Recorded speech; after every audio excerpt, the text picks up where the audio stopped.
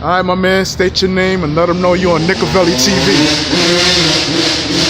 Yo, what's up? What's going on, y'all? It's your boy, Mr. YouTube, and you're now rocking with Nickavelli TV. All right, Mr. YouTube. Yeah. All right, okay, I hear that shit. Knick fan? Yeah, I used to be a Knicks fan, but, you know, through all of the past 10 years and them not really doing good, I kind of, like, fell out of love for, like, you know, the way the organization is being run. But, you know, I'm a New York Knicks fan at heart for sure because I'm from New York, but it's just hard to cheer for them right now. Okay, so at the time when you was in your cheering mode, yeah, for these Knickerbockers, who was the man that had you so in love with the Knicks? If you was to name one player. Well, growing up, like my dad was a big Knicks fan, and that was the '90s era when it was Patrick Ewing, Anthony Mason, Charles Oakley, John Starks. So like he was the one that made me fall in love with basketball, and being that we were from New York, like I fell in love with the Knicks. But so if I had to pick one player, it would definitely be Patrick Ewing. Patrick Ewing. Yeah. So what you like about Pat game? I just like that, you know, he stuck around with the Knicks. He put on for the Knicks, like, you know, and he just like basically was the anchor for that team. Like he was like the face of that team. Like him coming out of college, him coming out of Georgetown, being like a highly touted and highly scouted player, you know, I felt like even though at a young age, I felt like he could take us to the promised land with the right team. And, you know, we almost did it, but we went up against some obstacles, like, you know, people like Michael Jordan and Hakeem Olajuwon, who are all-time great players. But, you know, yeah, Pat was definitely like the man for me growing up. So how do you feel about that finger roll? I know the infamous finger roll when he should have dunked. Oh, yeah, man. I mean, at the time, it kind of like hurt, but it was just like, I didn't really know basketball at that time because I was still young. All right. But yeah, like my dad's reaction said it all. He just was like, "Yo, why wouldn't you dunk it instead of finger roll?" So like, you know, I guess to this day now I can understand it a little bit better, and you know, I just think that, you know, it was probably a mental lapse, maybe fatigue. You know, you never know what it was, but I wouldn't allow that to take away from Pat's overall New York legacy. He put in a lot of work for New York. Okay, now we're gonna move up. Okay. Were you in tune with the Knicks when Melo came on the scene? Yeah, and I was definitely excited when Melo came, but the thing about the whole Carmelo coming to New York thing that like made me upset is that they gave away the whole roster just to get him. Like, you know, it's just like they traded like the top top four players and prospects to get him, like Gallo, Wilson Chandler, Raymond Felton, and they was rocking right before that. Like, you know, before, I don't know if Amari had got hurt already, but I know that Amari Stoudemire had came to the team, and we was looking real good with the pick and roll between Felton and Amari Stoudemire. Then Carmelo came, and it was good at first, but he never really took us far. So it was just like, it's hard to be cheering for a team that's getting bounced in the first round or not making the playoffs, and Carmelo was a top 10 player at that time, so... Yeah, actually, the Knicks haven't been to the playoffs since Melo left, right. 2012, under Mike Woodson. Mm-hmm. You know, and I like when Mike Woodson was the head coach because I felt like he brought some toughness and he brought like you know, just a grit to the team.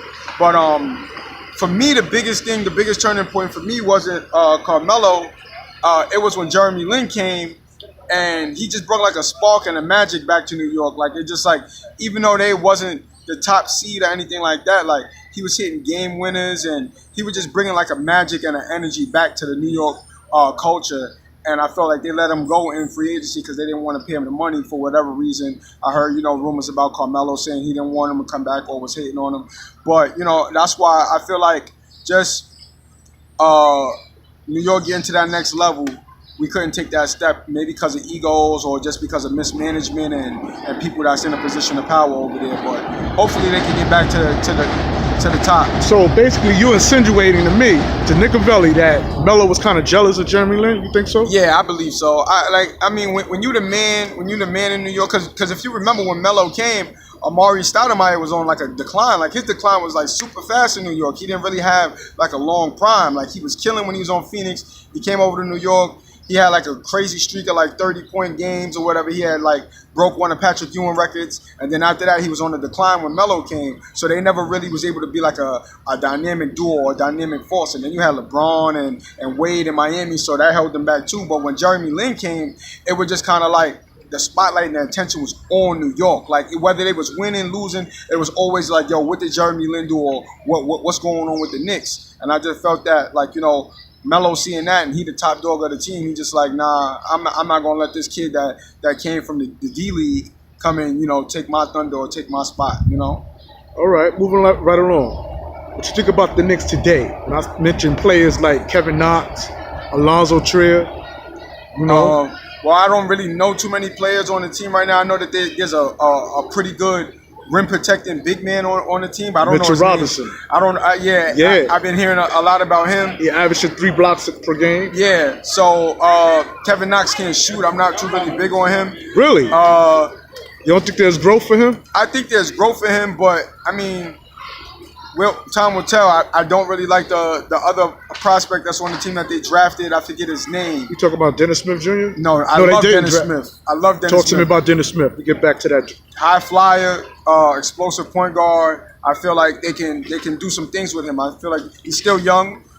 They can build around him, and you know, I think he would have lasted longer in Dallas if it wasn't for Doncic. But being that he's in New York now, I think that they should definitely keep him.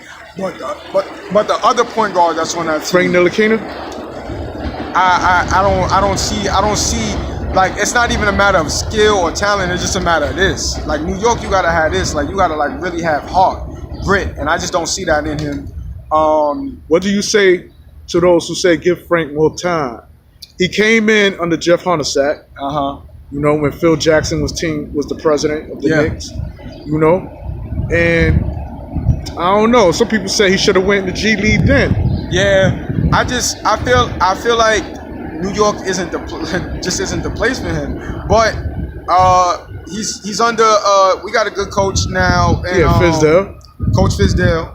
So I mean, he'll be coming out of his rookie contract soon. So within the first 3-4 years, you pretty much define who you are, and people pretty much know. So some people bloom late, but. So you think this is who he is? I do. He's big on defense. He's pretty good. I was about to say he's a pretty good defensive player, but I just think that being a New York point guard, like we need more than that, and that's why I really like Dennis Smith Jr. And I'm looking forward to the draft because we got a top 3 pick in the draft. Speaking of the draft, I'm glad you brought that up. We didn't get Zion. Yeah. And we might get Barrett. How you feel about that?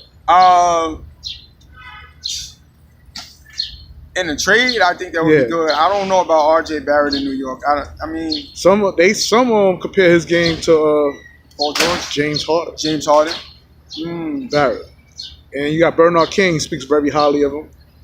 I mean, he's a good player. I got a chance to watch him play along Zion, but you know the NBA is a different beast. It's a different animal. It's like it's a big step up from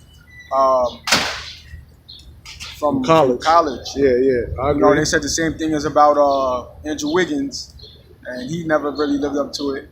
And so R.J. Barrett, I wouldn't compare him to Andrew Wiggins, but like anybody that's been a wing that's been highly touted coming out of college, it's like hit and miss to me. You know, you got the Kevin Durant, and I know LeBron came out of high school, but I don't know. I think he'll be good in a trade piece, maybe to get him with Zion in New Orleans and get Anthony Davis to New York. Now, if Anthony Davis come to New York, even if it's just for a one-year thing, I would love it. Anthony Davis is top 5 best players in the NBA. All right, so if you had to choose between Anthony Davis and Zion, if we had the opportunity, Zion, of course, because he's young, and it's not even just for me. I would choose Zion, but not because of skill. I'm just talking about overall like media, press, everything. Like Zion is going to bring all of that with him. Like if Zion was to come to New York, like how Jermey Lin was for New York, it's like a story. It's more than just basketball. So I would definitely take Zion. But skill-wise, Anthony Davis, he could guard the pick and the roll by himself. He's offensive juggernaut. So I would love to have him in New York. But what do you say to those that say that he's injury-prone? I mean, and that is a 7-year window between Zion and Anthony Davis. So, like I said, but Anthony Davis, he hasn't been like injury prone to a point where he's missed an extended length of time recently. Like recently, he's been healthy. This past year, he just didn't want to play for the Pelicans because he wanted out and they wouldn't let him out. So I think that him in a new atmosphere, just like with Kawhi in Toronto, ready to rock and roll. Because when you miss a lot of time for a top 10 player, it's just like you just want to get out there on the court because you want to continue to build your legacy, whether it be rings or stats. Anthony Davis going to ball wherever he go. Now, the player that you don't know much about, who's a rim protector, Mitchell Robinson, averaging 3 blocks per game. Yeah. Do you think it would be smart for the Knicks to trade him? Because they said in order to get somebody like Anthony Davis to come to the Knicks, you might let somebody like Mitchell Robinson go. Do you think that would be smart? Yeah, because Anthony Davis still is a better rim protector than him and a better scorer. He's just an overall better player than him. Mitchell Robinson is good. He's on the come up. Anthony Davis averaging 3 blocks per game though. Yeah, but he's averaging probably like 1.5 or 2, which is and he's giving you 20, 30 points a game. Robinson is not giving you more than like 10, 15 a game. So I like Anthony Davis, like you package anybody from the Knicks, I would package anybody in a trade to get Anthony Davis. And that's just me. Anthony Davis is one of the 5 best players in the world right now. So all right, go for that. Picking up free agency players. Kevin Durant, Kyrie, which one? I would go with Kyrie. Just over because, you would go with Kyrie? I would go with Kyrie just because, for the simple fact that he's a point guard. He's a dynamic point guard. Kevin Durant is an offensive. He's unstoppable. Like, he's an offensive player. He's super unstoppable. But I don't see Kevin Durant. Like, Kevin Durant is not LeBron. Like, people think that Kevin Durant is the best player in the world. He looks like the best player in the world because he's playing with such a great team and a dynamic team. He's got a great point guard, but Kevin Durant can't have the ball in his hands the whole time. So him paired with Dennis Smith Jr. would be good, but I would like to see Kyrie also. I would like to actually see him and Kyrie go together or whatever. But yeah, I would like to see Kyrie in New York just because of the flash, and he just embodies what New York is, like, you know, like the street ball style and the handles and different things like that. So I could see Kyrie. All right, coming. And the nail in the coffin, KP no longer with us. Did I hurt you?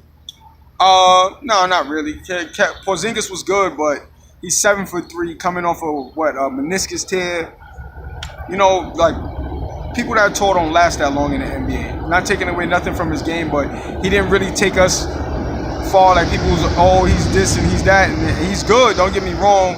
2-way player, rim protector, can shoot the 3, athletic, but we don't know what he's going to be like coming off this injury. And also, for a smaller player, that injury is difficult to come back from. So imagine somebody that's 7'3". You lose mobility and different things like that. He's still young, but, you know, I think it was better to move him. Think it was better to move him? Yeah. So it wasn't worth giving him that $10 million extension? Nah, I mean, you could have. I mean, the Knicks got the money, but obviously they probably seen the same thing that I'm seeing. And just like 7'3" guys don't really last long in the NBA. Like, their prime window is very small. I promise it's going to be the nail in the coffin. Yeah, the super nail. We had 3 players that got traded due to the Chris Porzingis movement. Courtney Lee, Trey Burke, Tim Hardaway Jr. Out of them 3, who you wish stayed and who was you upset that went? Start with Trey Burke. Go. Courtney Lee could go. He was decent. Tim Hardaway Jr. could go too? Tim Hardaway Jr. was good. We had him before, lost him. He went balling in Atlanta. Then we brung him back. I would have kept Tim Hardaway Jr., but all 3 of them is just like. And you not a big fan of Trey Burke? Trey Burke, it was comparing him to Iverson because he looked like Iverson, but his game was his game was good. But it's like, see, like, for me, when I think of somebody's game being good, it's like, is it getting us to the next level? Is it getting us over the top? Is it getting us wins? Like, we wasn't getting no wins really with those 3 people that we mentioned. Granted, like, people talking about tanking and different things like that, but just being competitive. It's like, I didn't really watch them when they had Courtney Lee and Trey Burke. I knew about them because I'm from New York. But I ain't checking for those guys. Those guys been bouncing around from team to team or whatever. They good role players, but not no, like, I'm looking for something like solid, somebody that we could build around. And it's not many of those players in the NBA, but there's a lot more solid role players that's out there in free agents that I feel like we could get aside from just the big names. All right, y'all, that's what it is, man. I want Yeah. to thank you for your time, for No coming doubt. on my channel, Nickavelli TV, y'all. For all my viewers out there, just don't watch, subscribe, man, so y'all know when the next video will pop up. And with that being said, we out. Peace. Yes, sir.